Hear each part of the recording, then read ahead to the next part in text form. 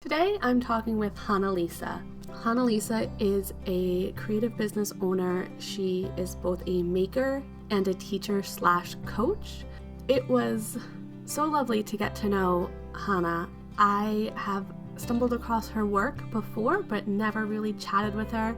And I just absolutely loved this chat so much. It was really inspiring for me. So I hope you feel the same. Let's get into the show. Hello. Hello. Why don't you start by telling us a little bit about yourself, who you are, and how you got started? So I'm Hanna. I live in Berlin. I've been living here for close to 5 years. I love the city. It's I just love it. I wouldn't want to live anywhere else. And I've been running my own business for about a year and 2 months now. So we're recording this in January, not sure when this goes live. So maybe it will be a couple of more months. And I have two parts to my business.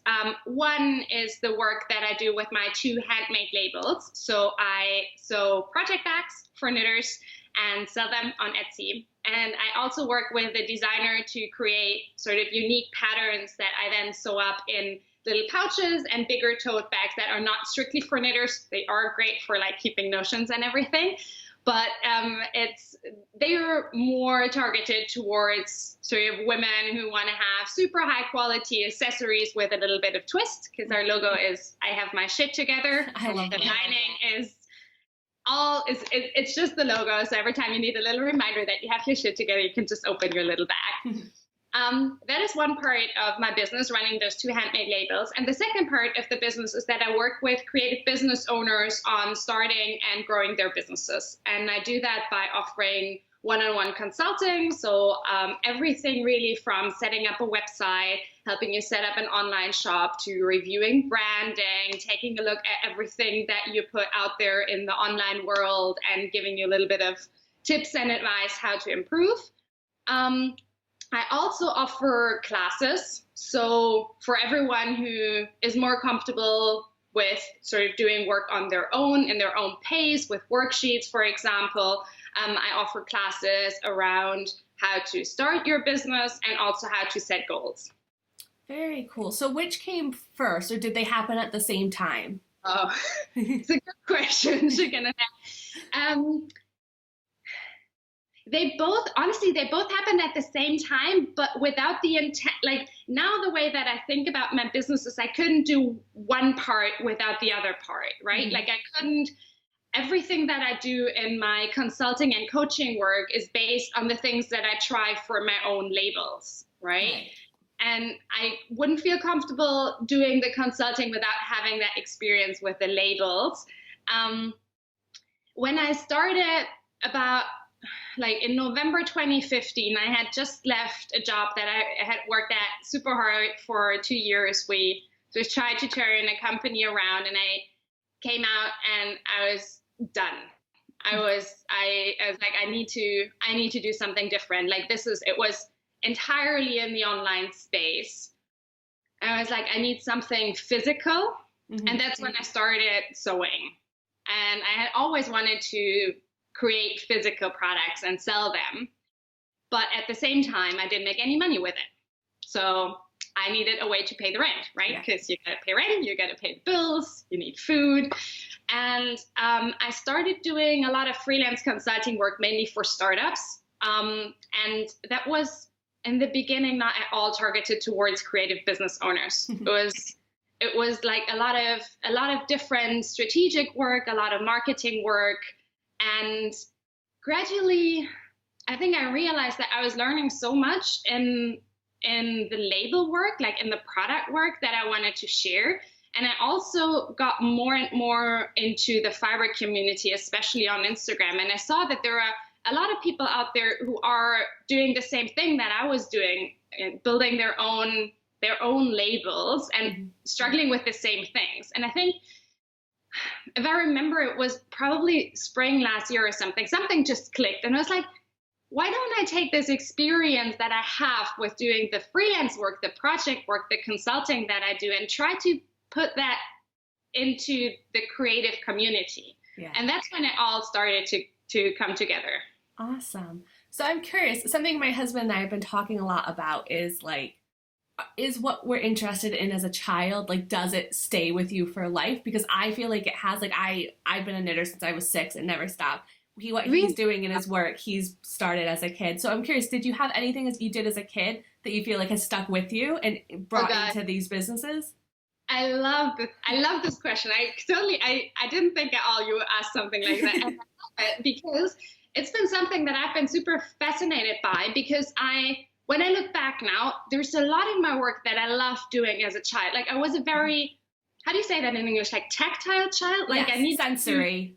Yeah, exactly. Like, I needed to touch everything. I needed to experience it with my hands. Yeah. And I remember I used to do a lot of, like, my dad stayed home when I was a baby and a toddler, and I learned everything from him, like a lot of woodwork and like fixing stuff in the house, right? And then slowly and gradually all the creative things started to add to that. And then I somehow lost all of that. Yeah. Like, I lost everything. I don't know. I mean, you obviously sort of tell yourself a story, and like, if you look back at your life, but I studied business administration and then started working in management consulting. And then I didn't do anything creatively, like nothing with my hands, not even, I used to I love reading, and I was the kid with the nose in the book, and I never read books anymore. And now it's so interesting, because now when I look at what I do day to day, it just brings me back this joy that I had as a kid when I was doing something with my hands. And I have no idea, well, I have an idea why that got buried and how that got buried, but I just think it's so sad, because it's something that I see happening to a lot of people. Like, you have these passions, but somehow you sort of lose your way, and you try to, I don't know, fulfill your parents' expectations or society's expectations, or who knows whose expectations with your career, right? Yeah. And to me, it felt like when I left my last job, like I was buried under this mountain of something. And underneath that mountain, there was this creative part of me. And it took me so long to like slowly climb out of that mountain and get to a point where I was like, yeah, this is me. This feels like me again. That's so interesting, because that's actually what I've been thinking. I've been spending a lot of the last year thinking about like, what's my purpose as a business, like my inner mission. And that's exactly my inner mission, is to teach people that they can have a career they love. Because I think I'm right on that cusp of the generation where my parents' work was to make money. You went to work, you had to make money to support your family. And didn't matter whether you liked it or, you know, if your career was fulfilling, you got a job no matter what the job was. And I respected my parents for doing that, how hard they worked to support us. But I also saw my dad, very similar to yours, was a wood maker. He made beautiful tables in our house.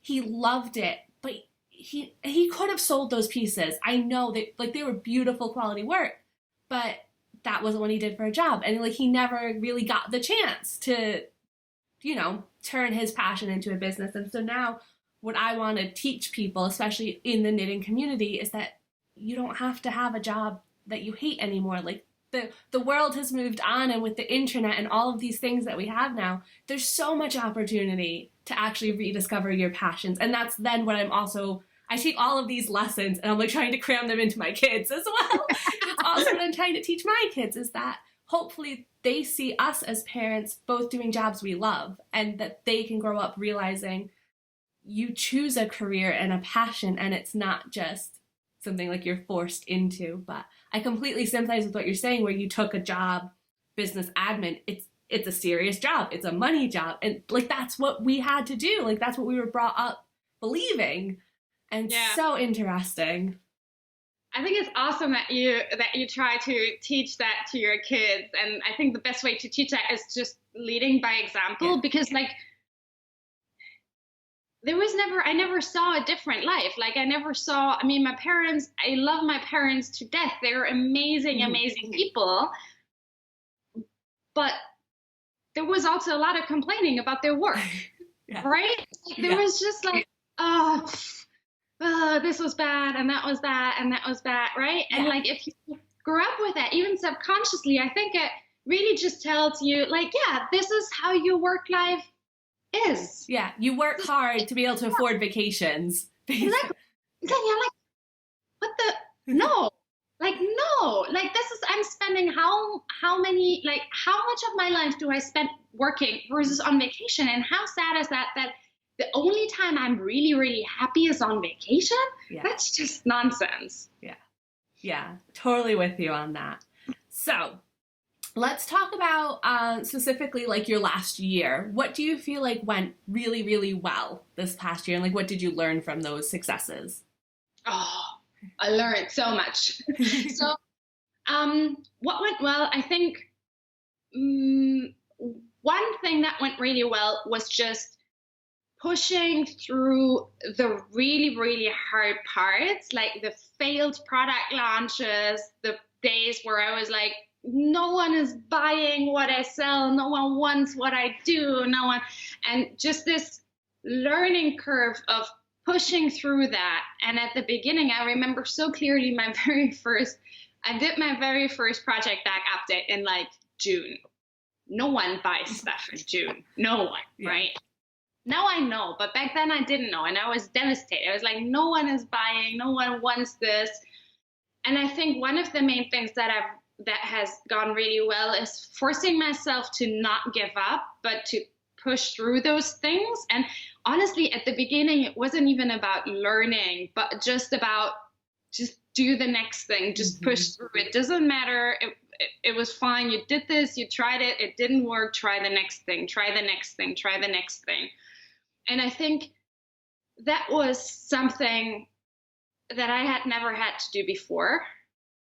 And it just taught me so much. And now it's just, I feel like I'm so much stronger now because I know that whatever happens, I will keep going. Like there's nothing that that can happen that will stop me from doing this. And I think the other thing that went really well is just connecting to this Fiverr community, because really that's the best thing that has happened to me in the past year. So in January 2016, I set an intention of growing my Instagram, and that has snowballed into so many awesome things. And this is just, it was like a constant effort of trying to find people that were thinking the same way about business that I did, and sort of forcing myself to get out there, connect with those people, reach out to them, maybe write them an Instagram message or even meet them for coffee if they're here in Berlin. And I think that was just something that went super well last year. That's so interesting for two reasons. One, like I can already see I'm having the same conversations with a lot of people. This theme of continuing when the work is hard, which is funny because I'm reading this book called Grit, that's the whole theme of the book, is that like success is got by going through the hard times, and that so many people just give up. Oh, this failed, I should give up. And they see failure as a reflection of their awfulness, when it's actually just a thing that happened. It's just data, and you have to analyze the data and move on. And so that's super interesting. And the other thing is that you said you started your intention with Instagram a year ago. And I've had this personal realization that I've never done anything for a full year. Like I've worked on goals for like 3 months. Like I set a quarterly goal and I'm like, yes, I'm going to work on my Instagram, and I see huge results. And then I'm like, okay, next thing. And I'm like, I've never just like said, this year I'm going to do like this whole thing start to finish. And even when it sucks, and even when I'm like, oh, this is boring, like just stick with it. So that's my thing for 2017, is to pick something. I've not figured out which one it is going to be, like if it's YouTube or Instagram or something, but just pick one thing. And for the whole year, just stick with that one thing and not get distracted by all this other stuff. So I think that's really interesting, that actually you have seen really good results by having Instagram as your main focus. I think that's a great intention. And we need to like check in maybe everyone, because I'm so curious how you're gonna like it. Like, because for me, it just started with this very simple intention, like Instagram for a year. And then I was like, okay, this is like this is such a broad goal. Like I watched a few of your YouTube videos before, and I think you did one on goal setting, right? Yeah, Where you also said like, it doesn't make sense to have a super huge goal. It doesn't get you anywhere, right? And I felt the same. And so I said, I'm just going to post one picture per day, every single day of 2016 on Instagram, and just see what happens. And the interesting thing that happened to me, I don't know how long it took, a few months maybe, it just became it became a habit. And then, it's just, that's, I think it's such a good effect if you really set the intention of doing something for an entire year. Yeah. Because definitely consistency is the key, like showing up every day. And I think people always ask me like, well, how do you post every day? Well, you post every day until it becomes easier. And I think that's so key. So is Instagram your favorite social media then? Are you on any others that you love, or? Yeah, no, it's my favorite by far. It's my favorite. I am on Facebook. And well, I mean, for knitters, I also am on Revelry. And I have the YouTube channel, but Instagram is my favorite medium. How are you feeling about Instagram stories and potentially Instagram Live coming one week? I love it. This is so funny. Coming back to your question about what went well and what, like, in 2016, I think one thing is discovering video. So, I mean, both personally and also from a professional perspective. Personally, I've had a very interesting sort of relationship to video. I used to hate video. And then I had a project last year where the main idea was to shoot tutorial videos. We did a trial shoot that was awful. It was like hell. It was really like, I was so nervous, and it was just like 8 hours in front of the camera, and I looked at the footage and just like, oh my God, I'm gonna curl up and not do anything for like a week because I feel so bad. And then a friend of mine gave me a really good tip that was way back when, before Instagram had stories, and she said, go on Snapchat. Just do one video per day. Go on Snapchat, it's going to disappear. It's great. And that's what made me comfortable with video. And I think that was really good because from a professional perspective, I think Instagram stories is a great way to show our process and to really show the behind the scenes of the work that we do. As you said, like the messy parts, the parts that are, there are also just stories or things that I want to share about my business that I can't really capture in photos, right? Like how much work goes into a blog post. Like I can't just, there's a pretty picture with my iPhone with a new blog post on it, but like the entire part of researching what I want to write about and then writing and then editing everything, uploading everything. And I think Instagram stories is amazing for sharing all of that.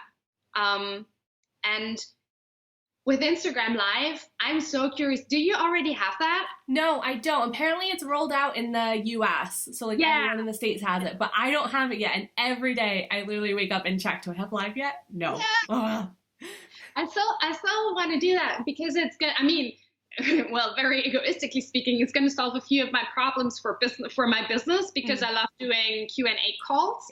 But there is no, and I've been doing them over Facebook, but I have a few of my clients who don't have Facebook and don't want to go on Facebook. And Instagram, everyone I work with is on Instagram, like everyone. And so it's going to solve so many problems. And I've seen interesting ways how people use it in the US as tutorials, like spinning tutorials. I'm trying to get into spinning, and I think it's a really cool idea, and I'm really looking forward to experimenting with it once it's there. So when you talk about doing a video every day on Snapchat, I actually did a video every day on Periscope. I think it was summer 2015 that we got really big on Periscope. And so I was doing videos every day on Periscope. Then lost the love for Periscope a little bit because the audience isn't very targeted because so many people can just join in, and it was just like it wasn't connecting with like my actual audience a lot of the time. So I was like, I'm done with Periscope. But I love live videos. I used to do tutorials on Periscope as my rehearsal, and then I would go film them properly for YouTube.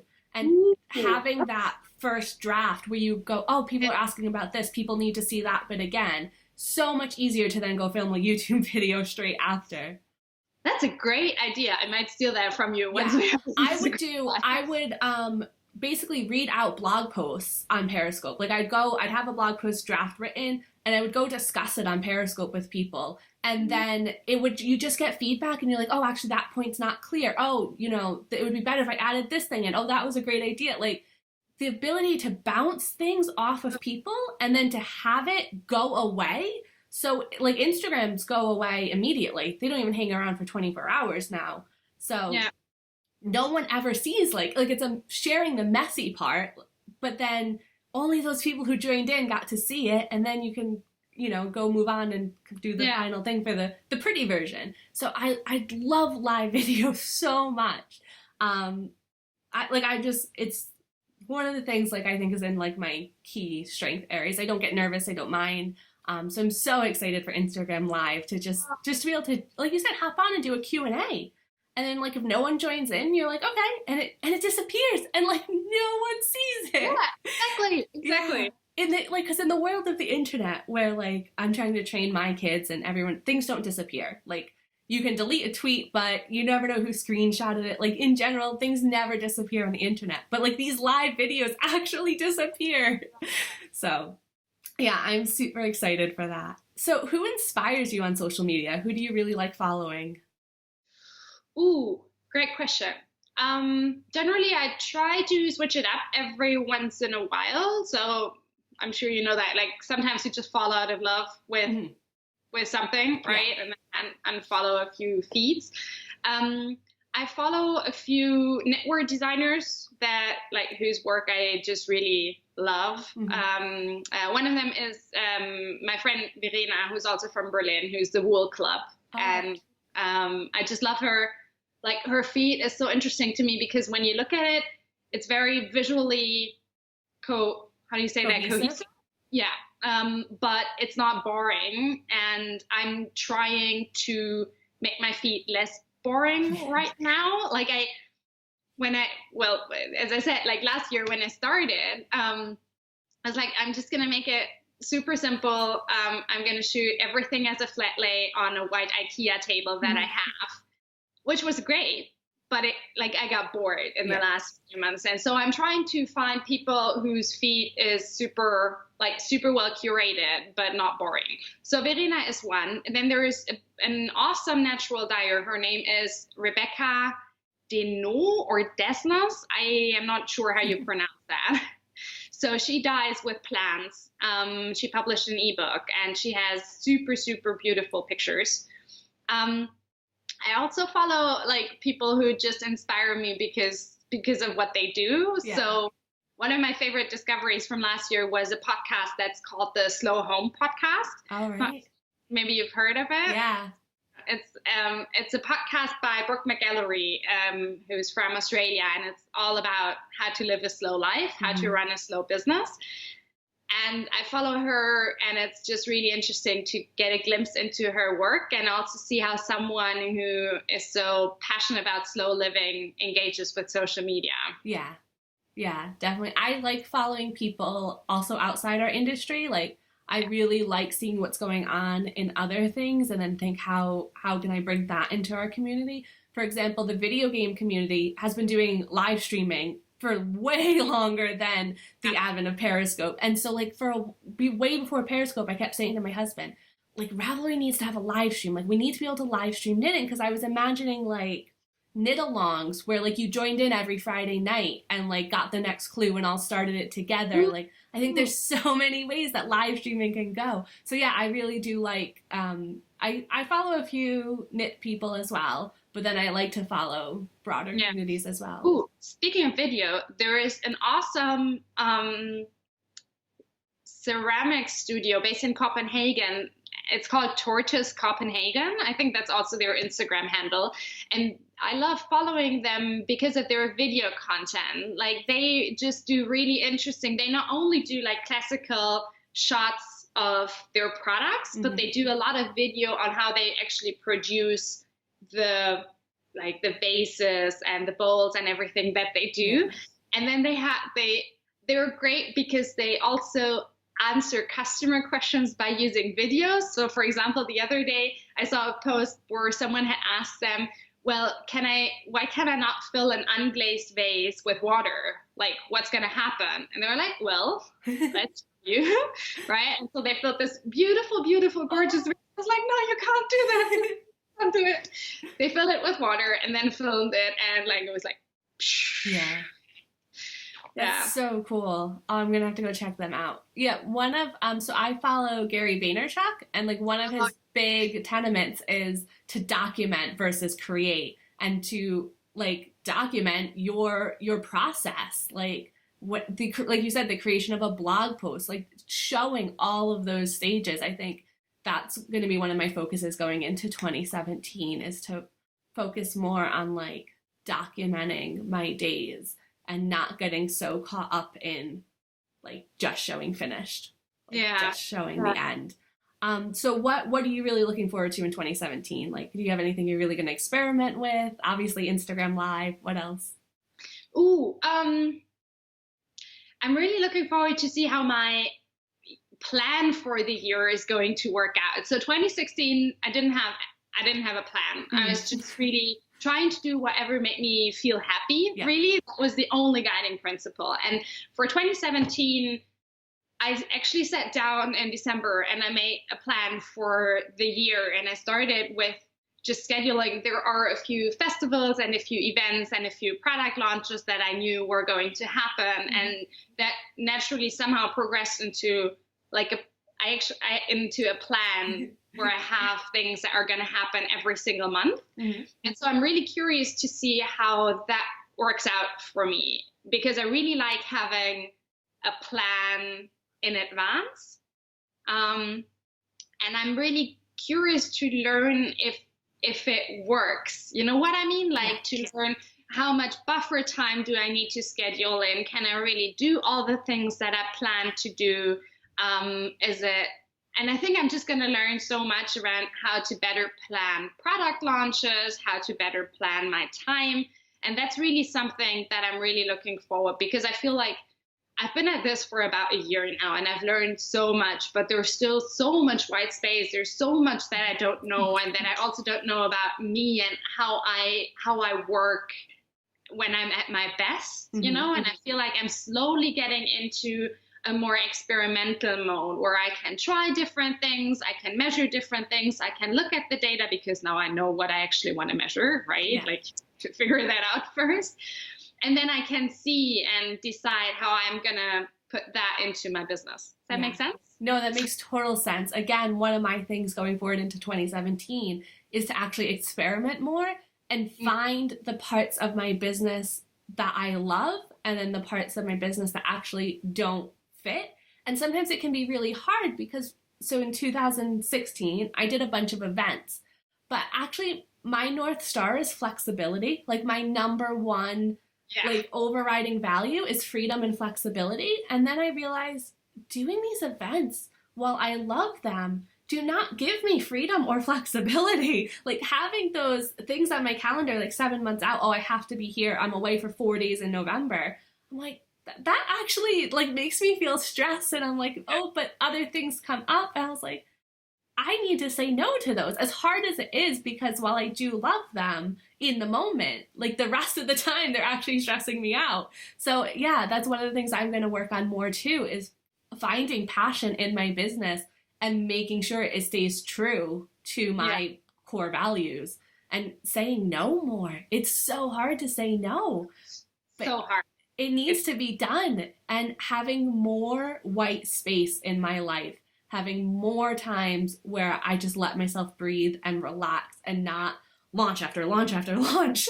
Because that's what it did feel like at times last year, that I was like just moving from one thing to one thing to one thing. I was like, you need more space to just breathe.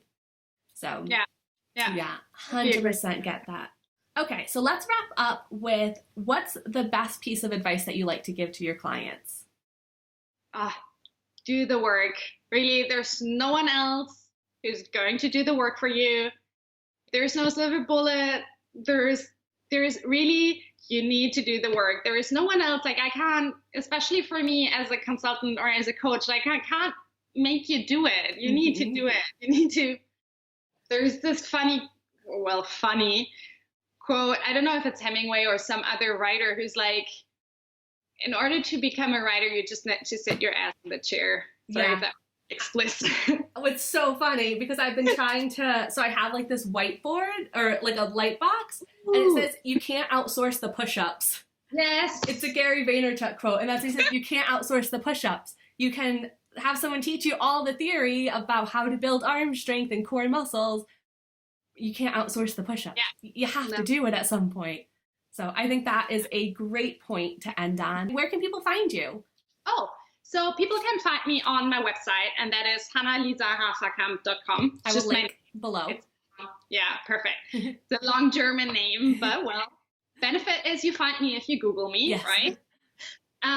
So on the website, also on Instagram as Hanna on the Road, and on YouTube, if you want to see more videos, I have a YouTube channel. If you just search for Hanna on the Road, you can find me there as well. Awesome. Awesome. So I will link to all those below. Thank you so much for joining with me and chatting with me. And we definitely need to follow up because I want to know how things are going for you. Yes. Maybe we'll definitely do like, this is season 1, and we should come back for season 4 at the end of the year and talk about like how the year went and all of these things that ideas we had. How did it go at the end of the year?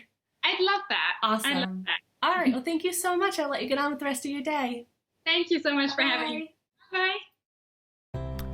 Thank you so much for watching. I hope you enjoyed this episode. If you're watching on YouTube, please subscribe and hit that thumbs up button. And if you're listening on iTunes, please leave a review. Both of those things help me out more than you probably realize. And if you want to join our community, you can go to www.facebook.com/groups/The Woolly Hub. I will give the link in the description below. I hope to see you there. Bye!